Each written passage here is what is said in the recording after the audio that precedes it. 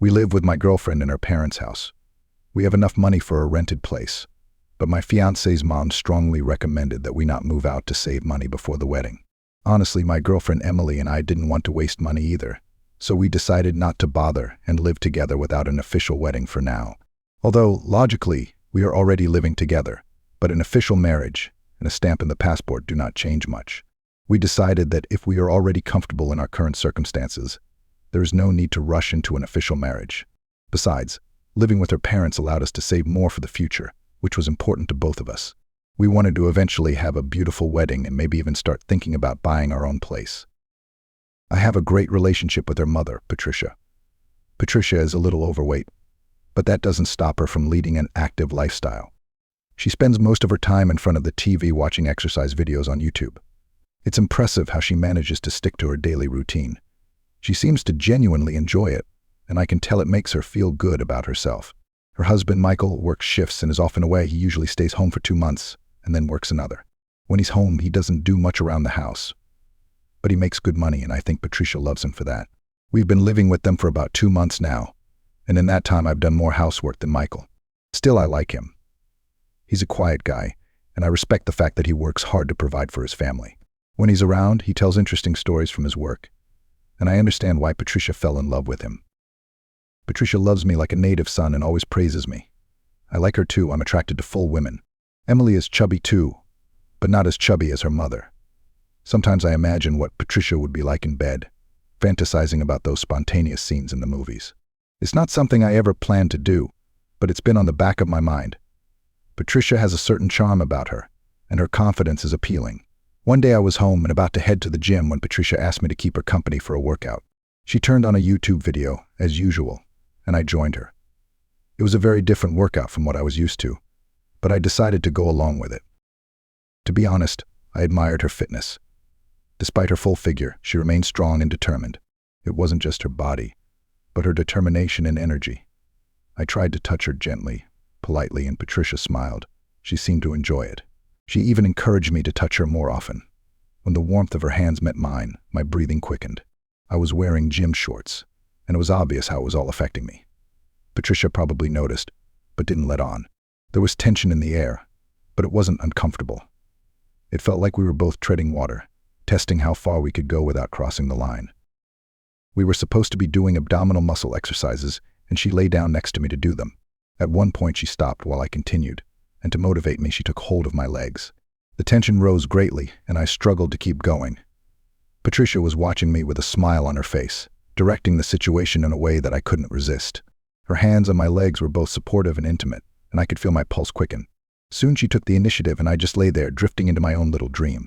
She was looking at me, smiling. She seemed to know exactly what was going on in my head and didn't mind. It was like a game we both secretly enjoyed.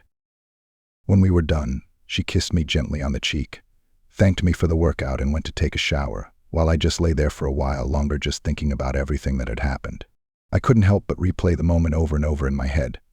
There was something thrilling about it, something that made me feel alive in a way I hadn't felt before. I knew this was dangerous territory, but part of me wanted to explore it further. Patricia was still just my future mother-in-law, but after that day, our relationship took on a new dimension.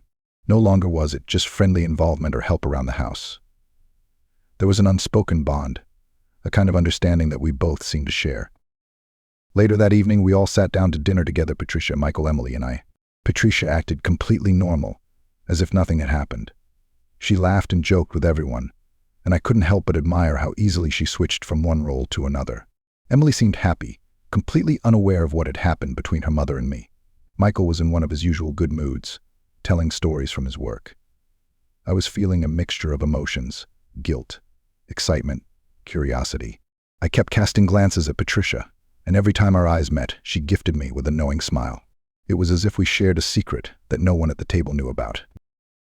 After dinner, Emily and I went to our room, and she talked about her plans for the future. Our wedding, where we might go on our honeymoon. All the usual things. I tried to concentrate, but my thoughts kept returning to training with Patricia. I wondered if she was thinking about it too, if she was lying in bed reviewing everything like I was. Just thinking about it made my heart pound. I knew I had to be careful. I loved Emily and I didn't want to hurt her. But there was something about Patricia that I couldn't ignore, something that drew me in. It was like a fire that flared up, and I didn't know how to put it out. That night, lying in bed next to Emily, I thought about what might happen next. Would Patricia and I continue to push the boundaries? Would we pretend nothing had happened? I didn't know, but I couldn't wait to find out. The uncertainty was both frightening and exciting, and I was eager to see what would happen next. Life with Emily's parents was proving to be much more complicated than I had anticipated, and I had a feeling things were only going to get more tense from here on out. The next day was Saturday, and Emily planned to go shopping with her friends. It was just Patricia and I at home, and I couldn't help but feel the tension in the air. I tried to keep myself busy by cleaning around the house and working on a few things that needed to be fixed. Patricia was in the living room doing her usual workout in front of the TV. I could hear her upbeat music, and I was drawn to her. Every now and then I would glance into the living room and catch a glimpse of her moving gracefully, her face full of determination. Finally, Patricia beckoned to me and asked if I could help her stretch. I hesitated for a moment, but then walked over, trying to keep my composure. She lay on the floor with her leg raised for the hamstring stretch and asked me to gently press down on it. I knelt down beside her, put my hand on her leg, and applied a little pressure. The touch was electric, and I could feel the tension building between us. Patricia closed her eyes, letting out a quiet sigh, and I tried to focus on the task at hand, but my thoughts were racing. "That's it. Just a little more," she said, her voice barely above a whisper. I felt the muscles in her legs tense under my hand, and my heart pounded in my chest. I looked up into her face, and her eyes widened, meeting mine. There was something in her gaze, something unspoken that passed between us. It was as if we were both silently acknowledging the attraction, the bond that grew between us. I continued to help her with the stretch. My hands moved to her other leg, and the closeness of the moment was almost overwhelming. When we were done, Patricia stood up and smiled at me. "Thank you, it was my pleasure," she said, her voice warm and sincere. I nodded, trying to portray calm, but my mind was still raging from the closeness we had just shared. She reached out and placed her hand on my arm and squeezed it gently.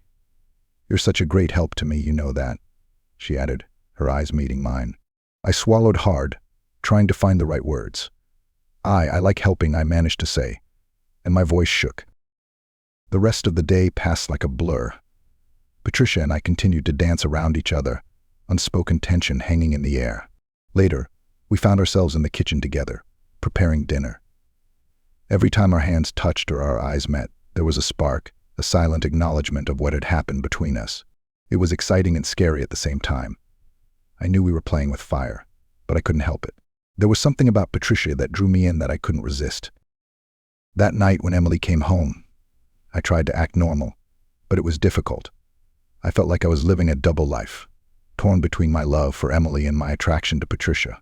At dinner, Patricia acted as if nothing had happened, laughing and joking with everyone. Michael was telling his stories again, and Emily was excitedly talking about the things she had bought. I tried to keep the conversation going, but my thoughts kept returning to the moments that Patricia and I had spent together. I could feel her eyes on me every now and then, and when I looked up, she gave me the same knowing smile. After dinner, Emily and I went to our room, and she showed me the clothes she had bought. She was so happy, and I tried my best to focus on her, to be present in the moment. But it was difficult. The events of the day kept popping into my mind, the closeness I felt with Patricia, the way her body reacted to my touch. I knew I had to be careful.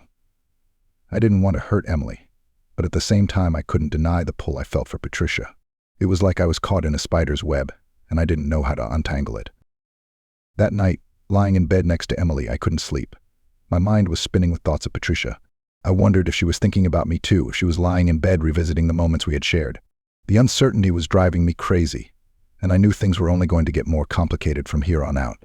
Life with Emily's parents had become a maze of emotions, and I wasn't sure if I was ready for what lay ahead. But one thing was for sure, I couldn't wait to find out. The thrill, the excitement, the danger, it was all too intoxicating to ignore.